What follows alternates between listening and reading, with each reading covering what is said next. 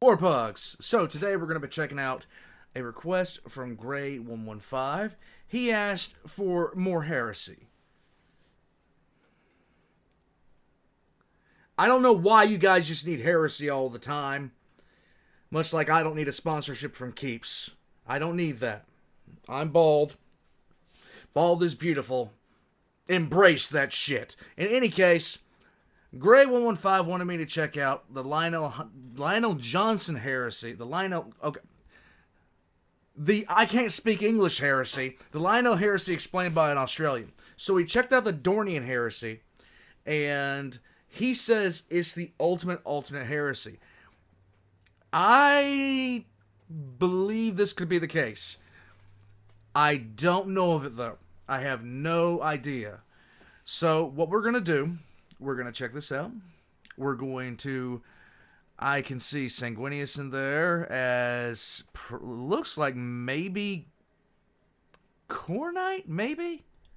I always thought Sanguinius would go Khornite if he fell. But in any case, we're going to jump into this. You'll have my opinion. You'll have his opinion. Let's go. I don't know what else to say. I'm an idiot. I can't speak today. G'day guys and gals.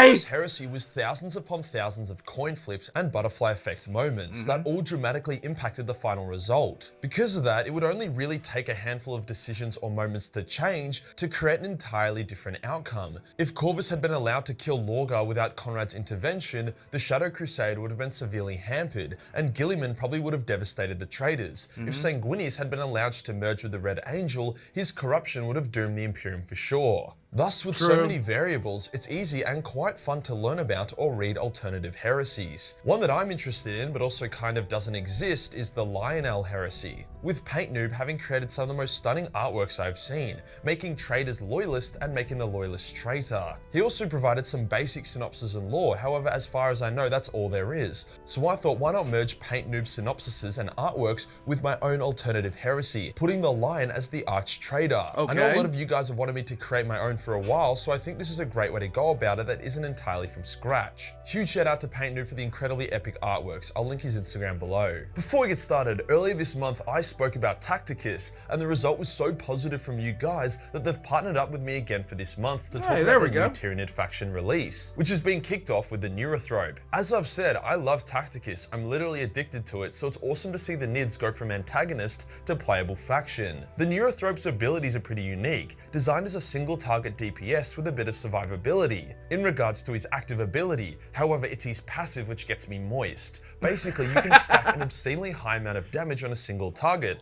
let's say a boss, when used with the right team comp. Overall, a great start to the Nids, and with an event running right now on unlocking him, it's a perfect time to sign up for free using the QR code on screen or link below. And if Tyranids aren't your thing, Tacticus has a bunch of other factions like the Dark Angels, Space Wolves, Death Guard, Elder, with many more and more in the way. Easily my favorite mobile game, don't sleep on this one. Cheers to Tacticus for sponsoring this video. Today we'll go over the...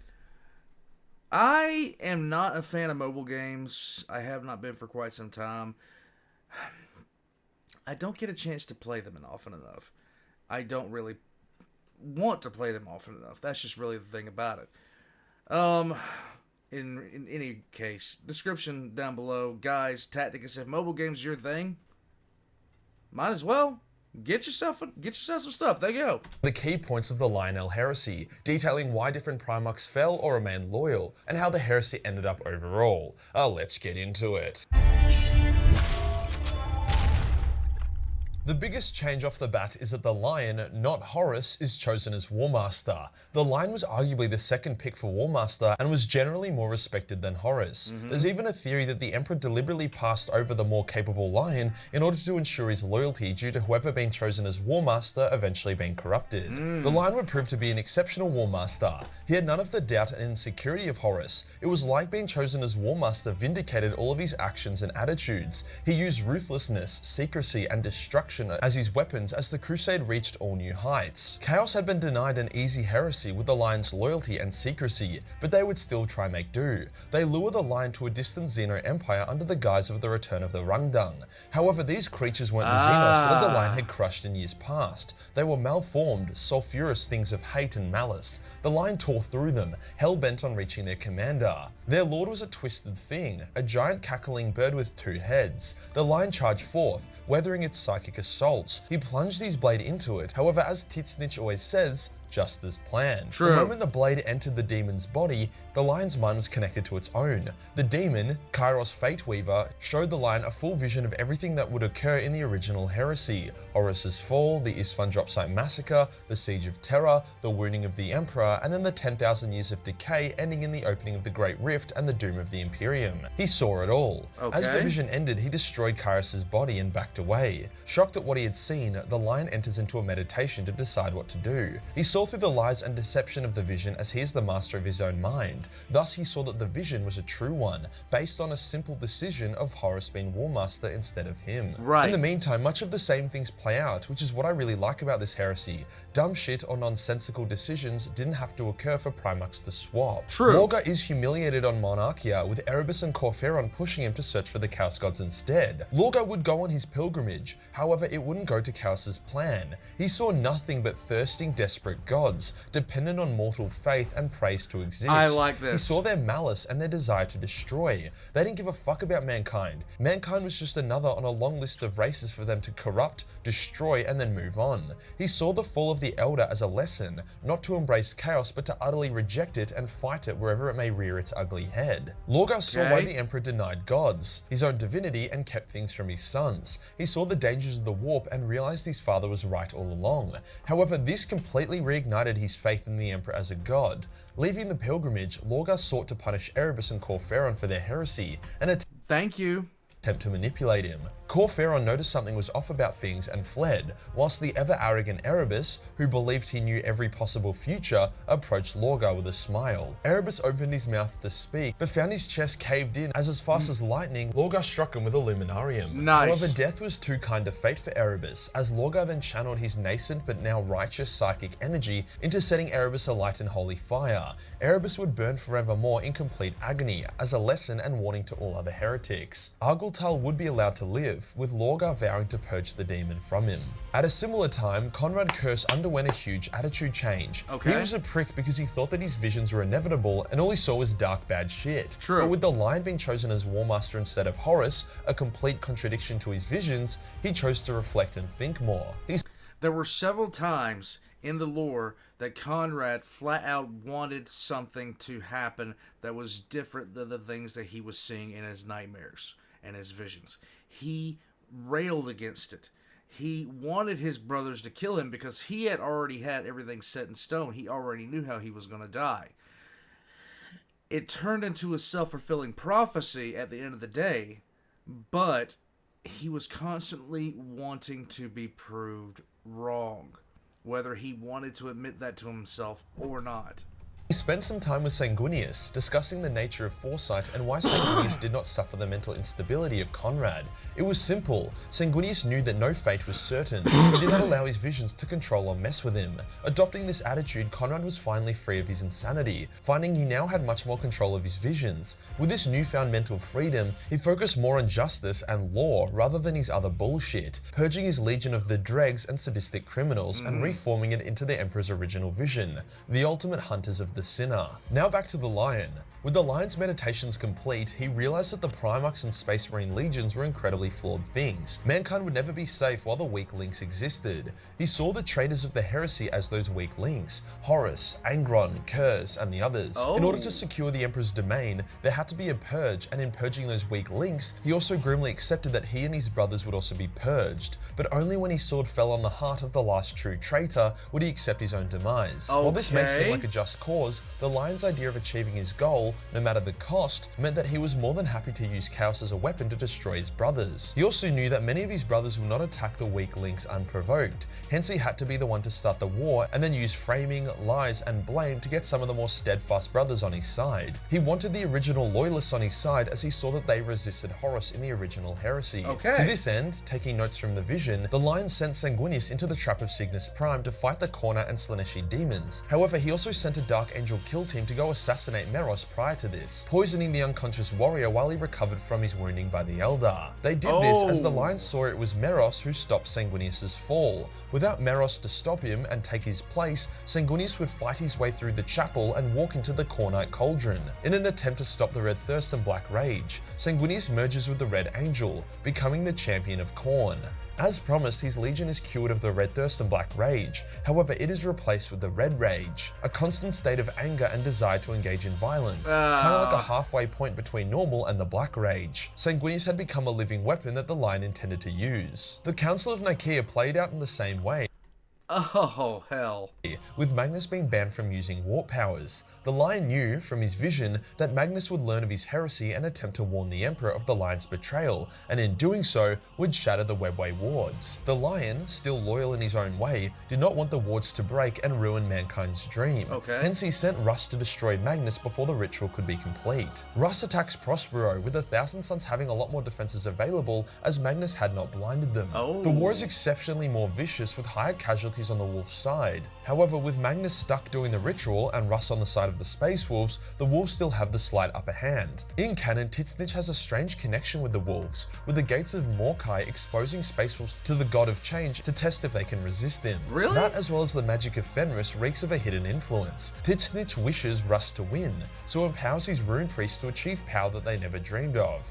Russ, in his rage at seeing the Thousand Sons use all kind of magic on his wolves, as well as the thought that Magnus is performing a ritual to potentially kill the Emperor, something the Lion told him it was going to do, he embraces his inner power and becomes a living tempest, tearing through the Thousand Sons. He reaches Magnus and attacks him mid-ritual at the peak of it. The psychic blowback of all the built-up energy is absorbed by Russ. The Wolf King's mind was already at a breaking point from the war, and with this explosion of energy, he absorbs the power of the warp and becomes a twisted change thing. Prospero begins to freeze over as Magnus is able to save his last 10,000 warriors and retreat from the world, heading to Terra to warn his father in person. Russ falling to Titsnitch might seem insane, but Chaos does have a strong sense of irony. Yes, the Lion knew does. Rogaldorn would not join his forces against the Emperor willingly, so he orchestrated a number of events to bring him over. To do this, he enlisted the Alpha Legion's help, who after going down the same path and talking to the Cabal, joined up with the Lion's forces. With them, he forges pick feeds of Horus declaring war against the Lion. He also got them to kill some Loyalist Marines and replace them with Alpha Legionnaire operatives in a similar vein to what happened in canon with the Raven Guard. They would then go report to Dawn that Horus had attacked them.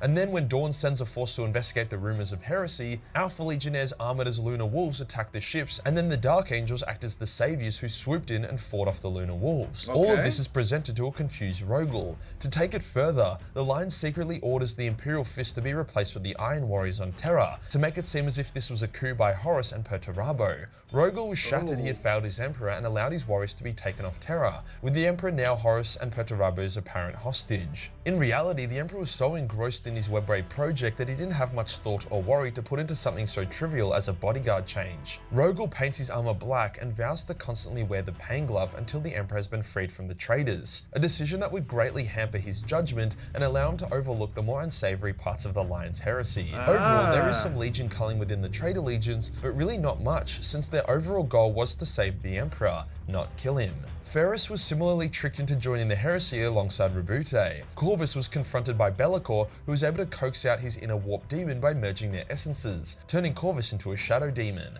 Due to Okay, this is a ballin' ass heresy. the Lion's goal I'm just saying. the liberation of the Emperor and defeat of the would-be traitors in another timeline, it was a lot easier to convince his brothers to join him as compared to Horus, who had to convince his brothers to attack the Emperor in canon for much less convincing reasons. The Isstvan Dropsite massacre plays out, with the loyal Fulgrim who had never picked up the Layer Blade, Horus and his Lunar Wolves, as well as Conrad Curse and his Reformed Legion. They face off against the Lion, Russ, Ferrus Manus, and Vulcan, who had been convinced of the Lion's cause in a similar way to Dawn, Rabute, and Ferrus. The two sides clash in a a bloody engagement, with Corax, Dawn, Gilliman and the Khan arriving as backup for Horus's forces, only to then turn their guns on them and begin the massacre. However, Conrad's foresight allows him to foresee this betrayal early, and he tells Horus, who orders a retreat. Nice. Horus was engaged in a duel with the Lion, both Primarchs evenly matched. When he got the warning from Conrad, Garviel Loken and Tarek Torgadon attacked the Lion, giving Horus the chance to disengage. The Lion kills both valiant lunar wolves. Even with Conrad's foresight, the trap still springs, however not as bad as in canon. Fulgrim and his legion hold back the traitors as Conrad and Horus make their escape, Conrad directing the escape using his foresight to determine which ships will make it to orbit, hence ensuring Horus and other key warriors are on the safe ones. Fabius, Saul Tarvitz, Lucius, and a few other Thousand Emperor's children also escape, whilst Fulgrim and the rest of his legion hold off the traitors. They prove why they are the Emperor's children as they fight with the fury of 5 legions. Oh my god, this is actually legitimately excellent. Fulgrim and Ferris engage in a duel. However, without the layer blade, Ferris overcomes Fulgrim and strikes him down, killing him, his sacrifice allowing the rest to escape. In the meantime, the Khan is corrupted by Nurgle due to the teachings of Yasugai, convincing him of the cycles of death and rebirth, the eternal hunt and the never-ending. Thus, Jagadai embraces the true form of Nurgle, a caring and charismatic demon prince, not the bitter, hateful Mortarion who was forced to join Nurgle against his will. Mortarion was Against his will? Not really. on the sidelines when the heresy broke out, hence he travels to Prospero to try find out what has happened. He finds it a frozen wasteland with a shard of Magnus left behind that broke off when Magnus used the overwhelming magic to teleport himself and his 10,000 surviving sons to a hidden ship in orbit. The shard tells Mortarion what happened here. Mortarion is disgusted that Russ's hatred of Psychers took him this far, causing Morty to reflect and let go of his hatred. He would never, could never do something like this to another brother. The fact that Russ had fallen to the warp in the process reaffirmed Mortarion's new stance. He did not have to like Psychers, but he wouldn't let his hatred control him any longer. The Lion's heresy was a farce and was fundamentally tainted by the warp. Jagadai arrives, a reverse of canon, to try talk to Mortarion of the benefits of Papa Nurgle and how they have to free the Emperor from Horus's control. In truth, the Khan doesn't give a fuck about the Emperor. He never liked him and only saw him as a tyrant. This is actually really close to canon. This is really, really close to canon. The Khan actually saw the Emperor as just another tyrant. Just another tyrant. The heresy is just a great excuse to dispose of him. Mortarion was disgusted with Jagadai, saw through his lies, and could smell the stink of corruption on him. The two brothers fight, with Jagadai's resilience being much greater than Morty had thought possible. In the meantime, the hidden Nurglite traitors within the Death Guard fleet, led by Typhon, lead a coup to try to take control. However, it is thwarted by Nathaniel Garo, who is able to lock a teleportation beam on Mortarion and bring him back to the ship. Mortarion then kills Typhon, saving the soul of the Legion. Obviously, I don't have the time in one video to go over every single event that could occur between now and the Siege of Terra. Hell yeah. However, with the Lion at the helm, a man who would be much less corrupted by chaos than Horus, as well as more competent traitor Primarchs, he would reach Terra much quicker. But I'll give some cool lore points to get us there. Ferris engages Perturabo's forces in the Sol system on Saturn, resulting in him being beaten and severely wounded. This tips Ferris into the mindset of the flesh being weak, thus his weakened form is taken away as he rebuilds his body into a perfect mechanical abomination, ascending to become a demon of Slanesh as he does so. That is just messed up. Well, there's a couple of people on OnlyFans that would be interested, I guess. The Eldar get more involved in the heresy, attempting to take out Vulcan. Vulcan eats an avatar of Cain, ascending to demonhood as he does so and gaining some of its characteristics. However, the Eldar are able to do enough to keep Vulcan busy.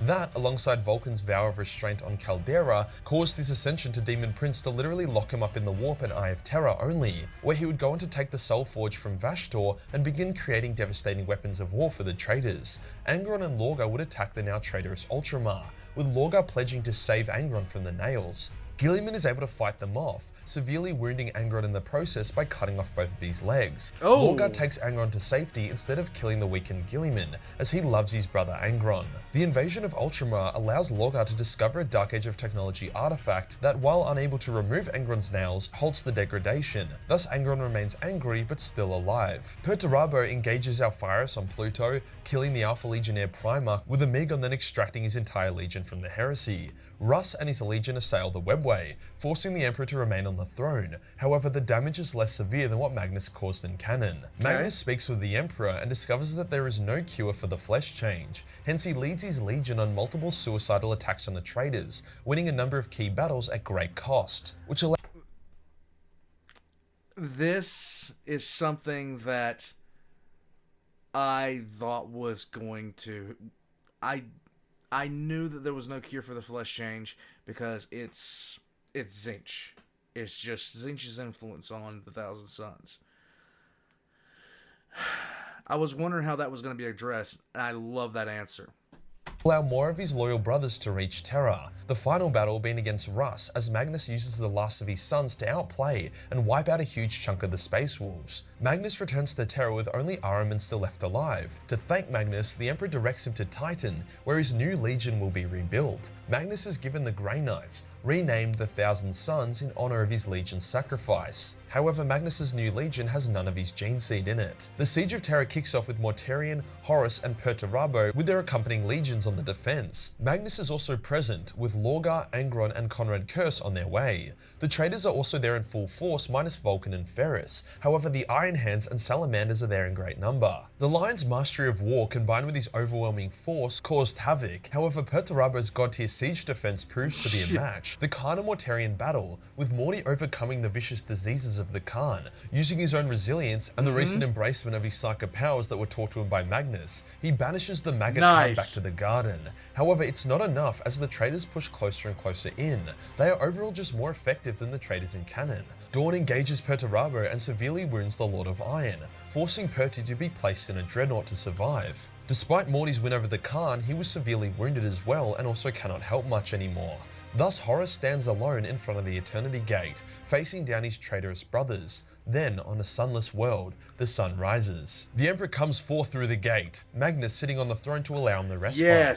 This causes a massive split in the traitor forces. They had come to save the Emperor from Horus, yet here the Emperor stood, next to Horus and facing them down. Guilliman, his own ambitious having been stoked by chaos with a desire to be the next Emperor, sees the situation clearly. The Lion and Dawn were twisted but ultimately believed that they were loyal. However, Sanguinius, Russ, the Death Guard, the Iron Hands, the Salamanders and Corvus are all corrupted and are being used by chaos to try kill the Emperor. Guilliman immediately orders a withdrawal to avoid the oncoming carnage as the traitors turn upon each other. At the same time as the Emperor, Horus, the Loyalist Marines and the Custodians charge. Luther is also amongst the Loyalists here. Sanguinius engages Horus in a battle as the Emperor takes on Russ and Corvus. Dawn enters a berserk rage as the last of his sanity breaks as he realizes what he has done. His Imperial fists attack everyone on both sides, especially the retreating Ultramarines who he sees as cowards. Sanguinius strikes Horus down, his Cornite power too much for the favourite son. Seeing Horus die, the Emperor lashes out,